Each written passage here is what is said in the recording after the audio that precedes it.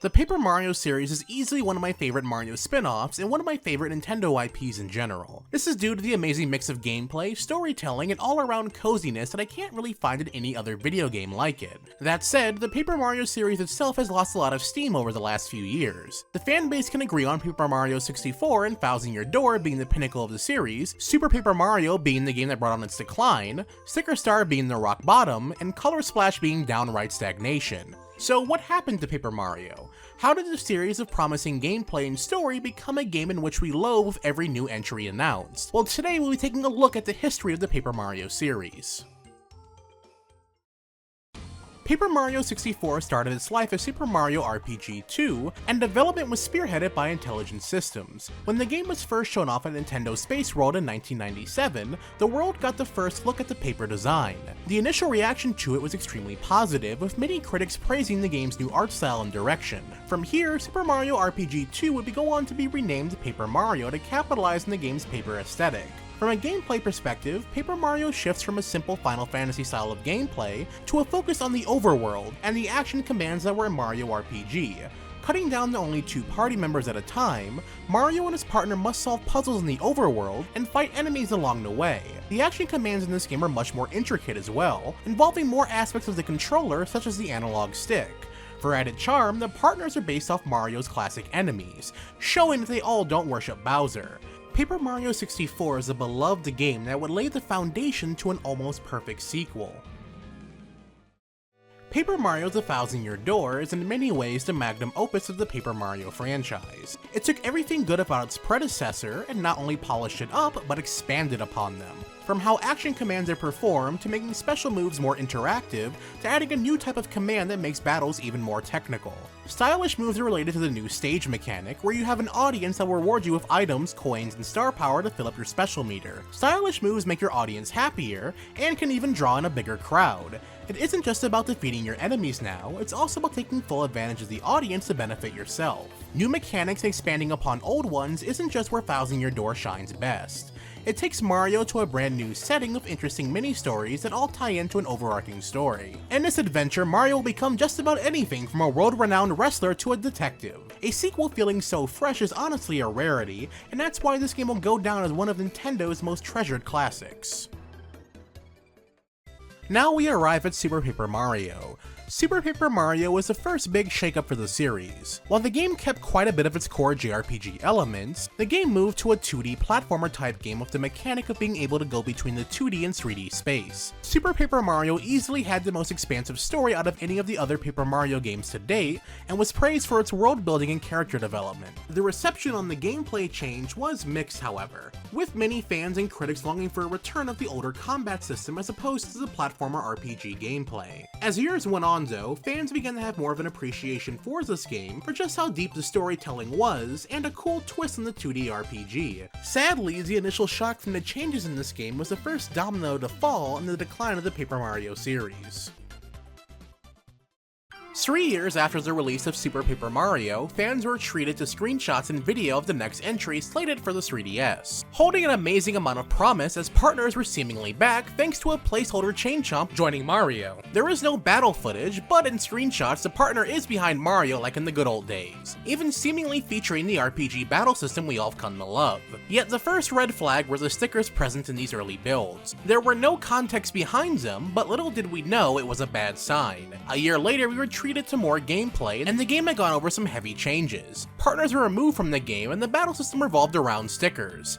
With more information present, it seemed like this game was going to be a mixture of Super Paper Mario and Thousand-Year Door. Then the game launched in the holiday season of 2012, and immediately sent the fanbase into an uproar. Not only were the stickers the focus of the battle system, they were the only means for Mario to attack, and he could never gain experience points, thus making the entire combat system completely pointless. The game felt like it lacked any real reward necessary for progression. The story and writing were also very lackluster in comparison to previous entries, as the writing style had shifted to self-aware meta humor and a lack of scope due to bringing the plot down to the level of a modern 2D Mario side-scroller. To top it all off, the NPCs were all Toad, and due to this, the world building and variety in presentation was at an all-time low.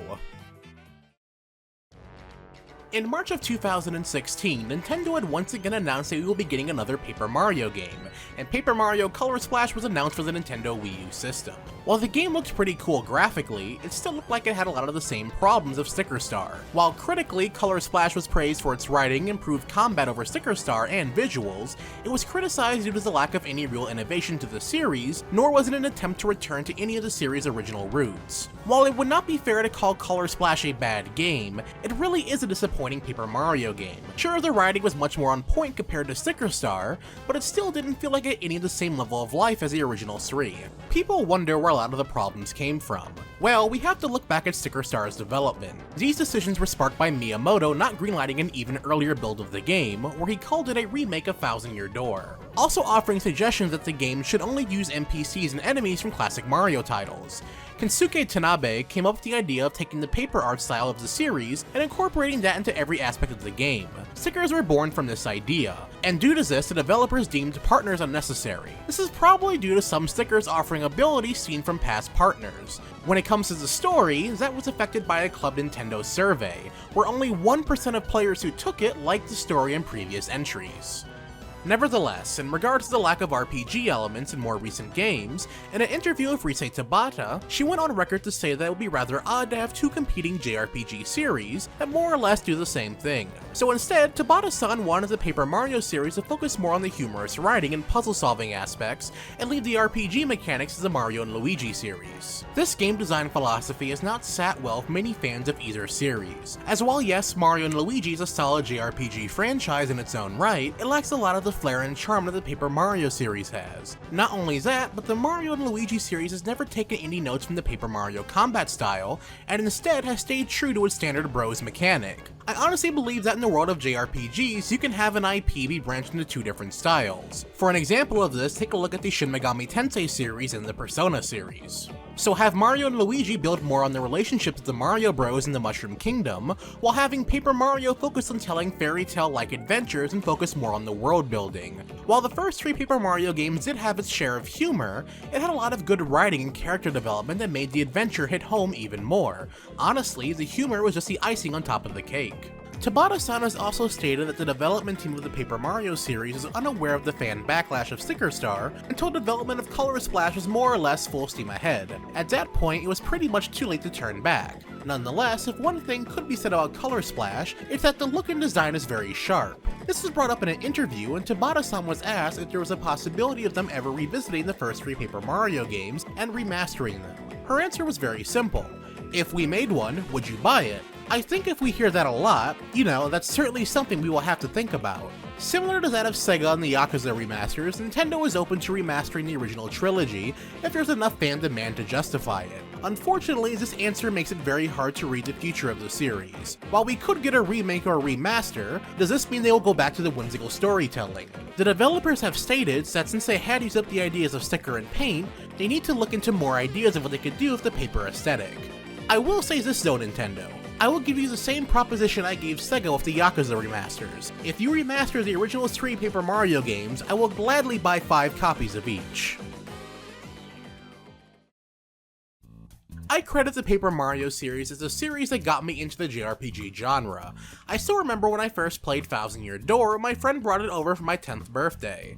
It was the mixture of whimsical story and fun gameplay that had me coming back for more. I would often imagine myself as really performing on a stage in front of an audience when engaging with enemies and bosses. I feel like there's plenty of potential for the series to return to its original roots, and also continue to innovate with the series' puzzle solving and humorous writing. That said, it all boils down to what Nintendo decides to do. And as we are entering an era of Nintendo history with less of Miyamoto-san's influence, we could see something great when it comes to storytelling. Anywho, that does it for today's video. I would like to thank my patrons on Patreon for helping make today's episode possible.